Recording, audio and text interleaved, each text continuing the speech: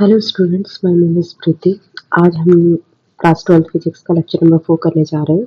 इस lecture number 4 में हम फिजिक्स के फर्स्ट चैप्टर के न्यूमेरिकल करेंगे। This is the numerical class. तो सबसे पहले हम एक बार फॉर्मूले को देख लेते हैं कि हम लोगों ने कितने फॉर्मूले पढ़े अभी तक। तो सबसे पहला हम लोगों ने क्वांटाइजेशन का एक फॉर्मूला पढ़ा था। Quantization is equal to Q is equal to plus minus mu। ठीक है, चार्ज हमेशा क्वांटाइज्ड होते हैं where n is an integer. इसके बाद कूलॉम्स लॉ का एक फॉर्मूला हम लोगों ने पढ़ा। Coulomb's law F is equal to 1/4 pi epsilon naught Q1 Q2 upon R square. ये हम वैक्यूम की बात कर रहे हैं। सपोज अगर कोई चार्ज अगर किसी मीडियम में पड़ा हुआ है, मीडियम का फोर्स मुझे निकालना है, तो वो हमारा हो जाएगा 1/4 pi epsilon Q1 Q2 upon R square. ये मीडियम की बात हो रही है। यहाँ पे 1/4 पाई एप्सिलॉन नॉट की जो value 9 into 10 to the power 9 newton metre square पर कूलॉम्ब स्क्वायर। तो इसके बाद मैंने एक फॉर्मूला रिलेटिव परमिटिविटी का पढ़ा। Relative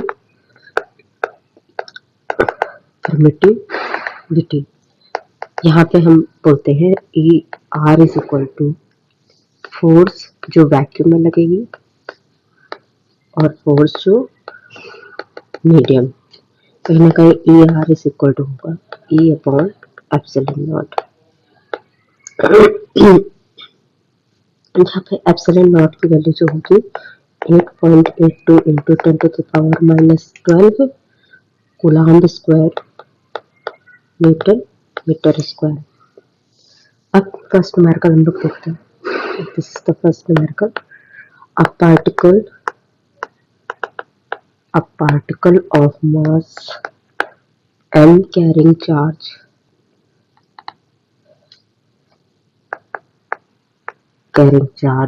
minus q1 is moving around a charge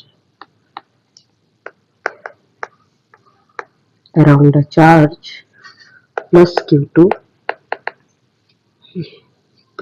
in a circular path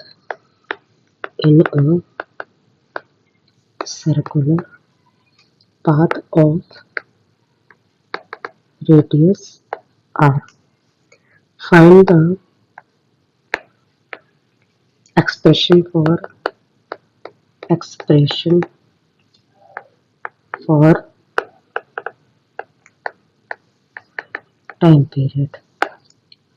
तो यहाँ पे ये क्वेश्चन हमसे कह रहा है कोई particle of mass m carrying charge q1 minus q1। तो ये कोई इसका मास है m और चार्ज इस पे minus q1 is moving around the charge plus q2।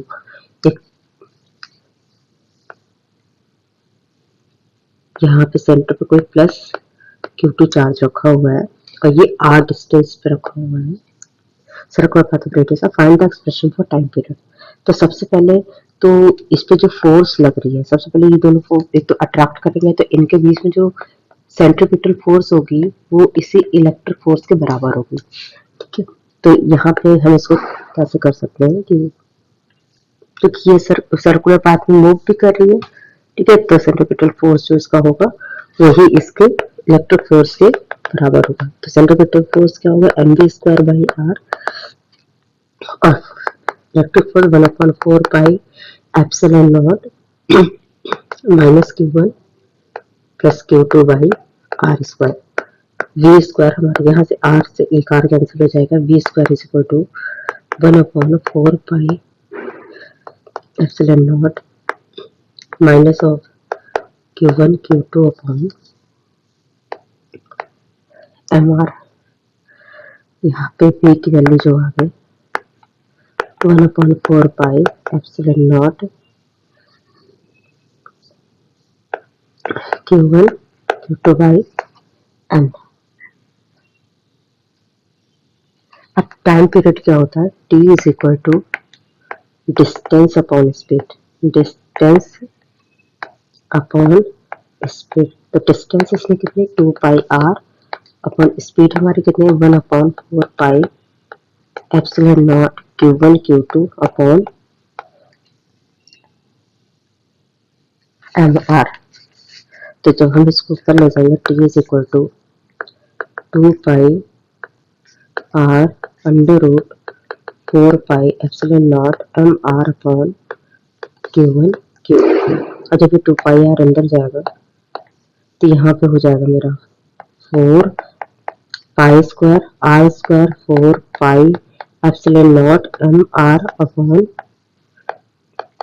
Q1 Q2। अब इसको कहीं ना कहीं कैलकुलेट कर लेंगे हम लोग 16 pi cube 16 pi cube R cube 16 pi cube R cube epsilon naught m upon Q1 Q2। तो ये हमारा टाइम पीरियड आ गया यहाँ पे। अब हम लोग अगला न्यूमेरिकल देखते हैं इस पे। Numerical number 2।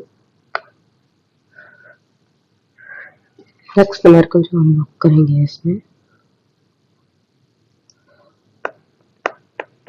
a ball A of mass 8 gram carrying positive charge 5 into 10 to the power minus 8 coulomb, what must be nature and magnitude of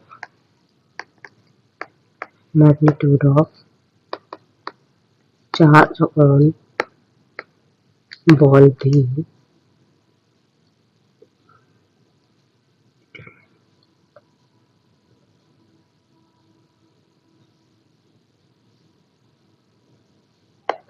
fixed 5 centimeter below the ball A such that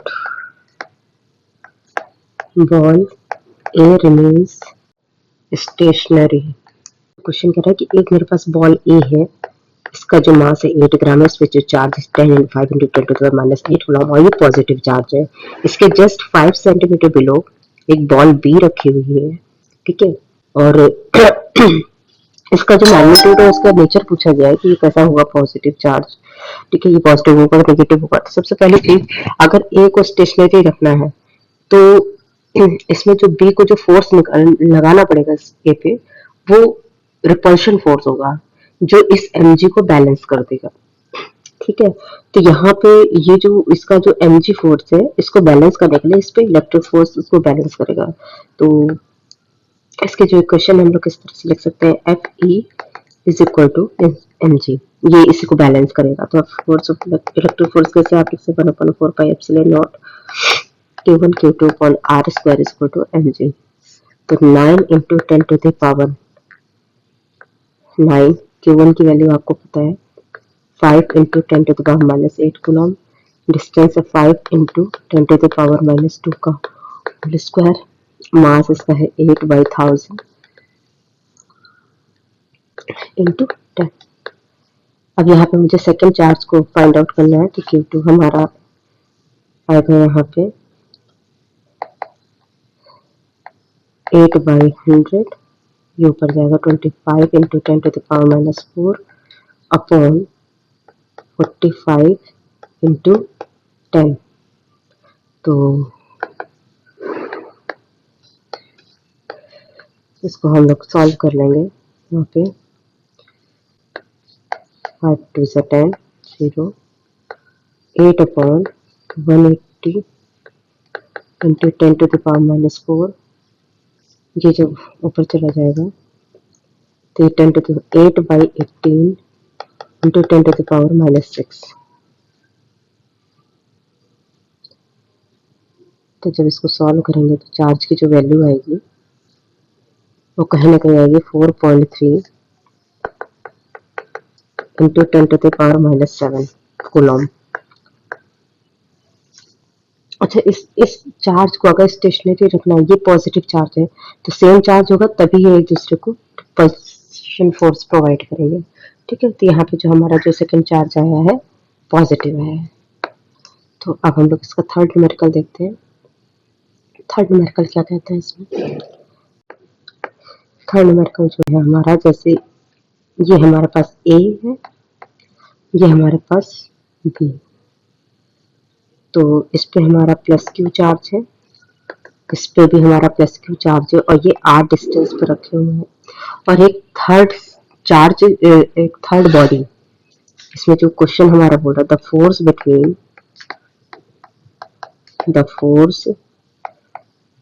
between them is F, इन दोनों के बीच का जो force है वो F. Another uncharged body C is placed in contact with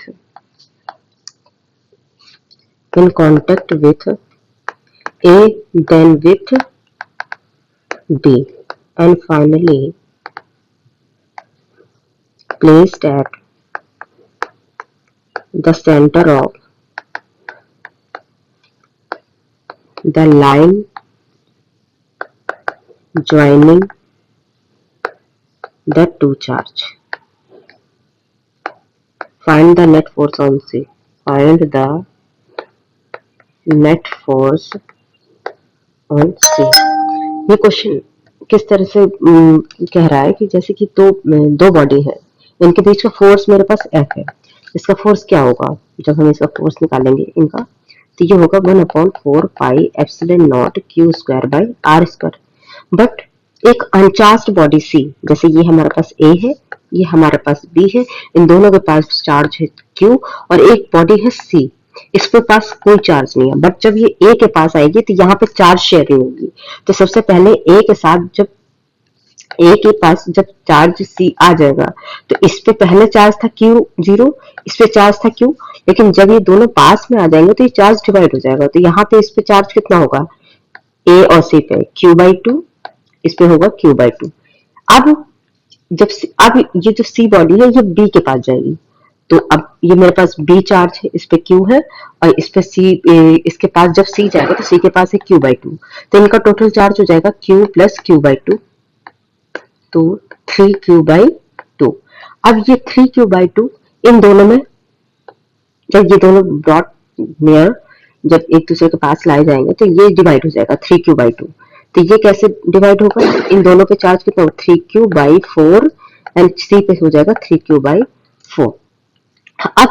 अब जब ये एक पहले A के पास लाया गया, फिर B के पास लाया गया, अब इसके बाद ये सेंटर C पे आ जाएगा। तो इसके बाद जब हम इसको सेंटर C पे लाएंगे तो ये है हमारा A, ये B है, तो A पे चार्ज होगा हमारा Q/2, यहाँ पे एक C बॉडी आई, ठीक है, इसको बीच में रखा गया, तो ये R/2 डिस्टेंस हो जाएगी, R/2, इस पे हमारा चार्ज हो जाएगा 3Q/4, और यहाँ पे हमारा चार्ज हो जाएगा 3Q/4। अब इसमें बोला क्या है, placed at the centre of the line joining the two charges, find the net force on C।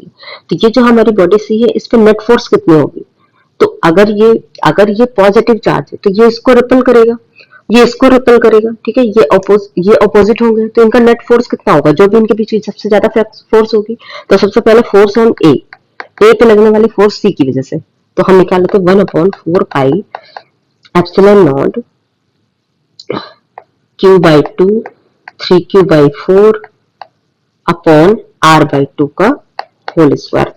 तो यहाँ पे हमारा जो आ जाएगा 1/4 पाई एप्सिलॉन नॉट 3Q²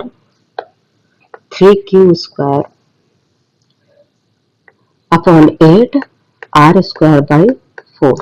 अब इसको आगे जब हम सॉल्व करेंगे तो 1/4 पाई एप्सिलॉन नॉट Q²/R², और यहाँ पे जो आएगा ऊपर 3/8 इंटू 4, 4 टू द 8, तो यहाँ पे आ जाएगा 3/2 मल्टीप्लाई में 1/4 पाई एप्सिलॉन नॉट Q²/R²। अब चूंकि मैंने A और B के बीच में लगने वाली फोर्स को डिफाइन किया था कि वो यही फोर्स थी, तो अब A पे C की वजह से जो लगने वाली फोर्स है वो 3/2F लिख सकते हैं, ठीक है, ये फोर्स ऑन A आ गई हमारी। अब फोर्स ऑन B निकाल लेते हैं सी की वजह से, तो फोर्स ऑन बी बी पे निकाल लेते हैं सी की वजह से, तो क्या निकलेगी 1/4 pi epsilon not 3q/4 3q/4 upon r square by 4। तो ये हमारी हो जाएगी 1/4 pi epsilon not 9q²/16 upon r square by 4। तो ये हम लिख सकते हैं 1/4 pi epsilon not q² by r square 9/16 into 4 9/, तो ये हमारी जो आ जाएगी 9/4, और इस टर्म को हम f लिख सकते हैं। ठीक है, तो B की वजह से जो फोर्स लगेगी वो 9/2f होगी जो कि ज्यादा है, और जो A की वजह से लगेगी वो 3/2f होगी जो कि कम है।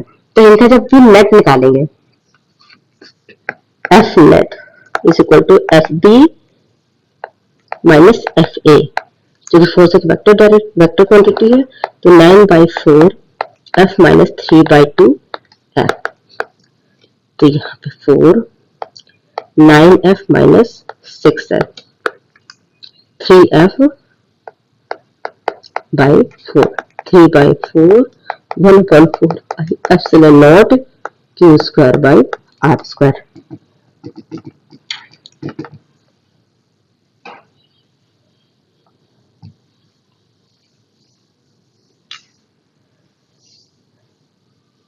तो यहाँ पे ये न्यूमेरिकल हमारा खत्म होता है।